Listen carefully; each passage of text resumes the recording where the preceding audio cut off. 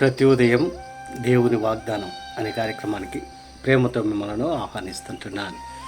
యువతి కాల సమయంలో దేవుడు మన కొరకు ఏర్పాటు చేసినటువంటి వాక్యభాగము లేవియ కాండము 26వ అధ్యాయము 11వ వచనాన్ని ధ్యానించుకుందాం. లేవియ కాండము 26వ అధ్యాయము 11వ వచనాన్ని ధ్యానించుకుందాం.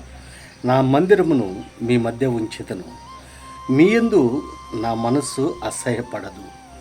క్రీస్తునందు ప్రియమైన దేవుని బిడ్డలారా, ఈ యొక్క ఉదయకాల సమయంలో పరిశుద్ధాత్మ దేవుడు మనకిస్తున్నటువంటి వాగ్దానము, నా మందిరమును మీ మధ్య ఉంచెదను, మీ యందు నా మనస్సు అసహ్యపడదు.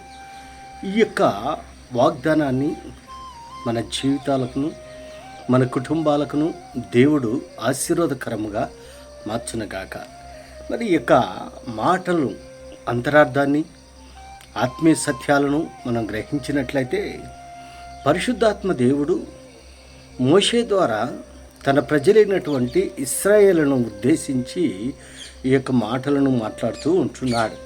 మరి ఇశ్రాయేల్ యొక్క ప్రజలు ఐగుప్తు దాసత్వంలో ఉన్నప్పుడు దేవుడు ఏ రీతిగా అయితే వారిని ఐగుప్తు నుండి మరి దేవుడు వాగ్దానం చేసినటువంటి భూమికి నడిపించాలని పితరులతో చేసినటువంటి ప్రమాణాన్ని బట్టి మరి ఇశ్రాయేలు ప్రజల పట్ల కనికరము చూపిస్తూ ఉంటున్నాడు.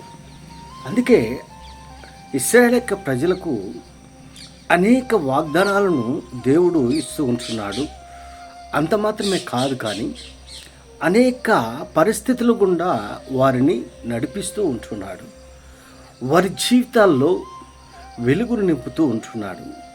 వారి జీవితాల్లో సంతోషాన్ని, సమాధానాన్ని దేవుడు సమృద్ధిగా నింపుతూ ఉంటున్నాడు. అందుకే 3వ వచనంలో అంటున్నాడు, మీరు నా కట్టడలను బట్టి నడుచుకొని నా ఆజ్ఞలను ఆచరించి వాటిని అనుసరించి ప్రవర్తించిన యెడల మీ వర్షాకాలంలో మీకు వర్షం ఇచ్చేదను, మీ భూమి పంటలనిచ్చును, మీ పొలముల చెట్లు ఫలించును. ఎప్పుడైతే దేవుని యొక్క ఆజ్ఞల ప్రకారము, దేవుని యొక్క చిత్తానుసారముగా ఆయన కట్టడలను అనుసరించి నడుచుకున్నప్పుడు దేవుని ద్వారా పొందుకునేటువంటి ఆశీర్వాదాలు ఈ రీతిగా ఉంటున్నాయి.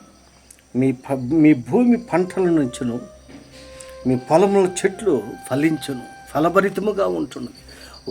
మరి దేవుని యొక్క ఆశీర్వాదాలు సమృద్ధిగా ఉన్నప్పుడు ఆ రీతిగా ఉంటున్నది. మరి చేయవలసినటువంటి కార్యం ఏంటనగా, నా కట్టడలను బట్టి నడుచుకుని నా ఆజ్ఞలను అనుసరించి నడుచుకున్నాను. ఆయన కట్టడలను, ఆయన ఆజ్ఞలను అనుసరించి నడుచుకున్నప్పుడు జరిగేటువంటి ఆశీర్వాదాలు ఈ రీతిగా ఉంటున్నాయి. క్రీస్తునందు ప్రియమైన దేవుని బిడ్డలారా, ఈ ఉదయకాల సమయంలో ఈ మాటలు వింటున్న నీవు నేను ఆయన ఆజ్ఞలను గైకొని పూర్ణ ఆత్మతోనూ, పూర్ణ బలముతోనూ, పూర్ణ శక్తితోనూ ఆయన్ని ఆరాధించేటువంటి వారిగా మనం ఉండాలి. ఆయన ఆజ్ఞలను అనుసరించి జీవించేటువంటి వారిగా మనం ఉండాలి. అందుకంటున్నాడు, నా మందిరమును మీ మధ్య ఉంచేదను. అనగా ఆయన సన్నిధి. ఎప్పుడైతే ఆయన ఆజ్ఞలను గైకుంటామో ఆయన సన్నిధి, ఆయన ప్రసన్నత, ఆయన కాపుదల మన మధ్యలో ఉంటున్నది. అంత మాత్రమే కాదు, ఆ రీతిగా దేవునితో దగ్గర సంబంధం కలిగినప్పుడు, దేవుని యొక్క ప్రసన్నత మనతో ఉన్నప్పుడు, దేవునిలో మనము ఎదుగుతూ ఉన్నప్పుడు దేవుడు మనల్ని తృణీకరింపడు. ఎందుకనగా ఆయన మనల్ని ప్రేమిస్తూ ఉంటున్నాడు.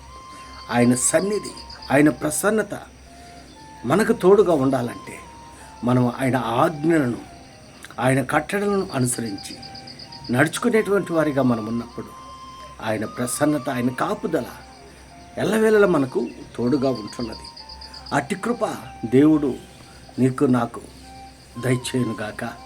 ఈ కొద్ది మాటలు మీకును మీ కుటుంబాలకు ఆశీర్వాదకరంగా దేవుడు మార్చినగాక. ఆమేన్.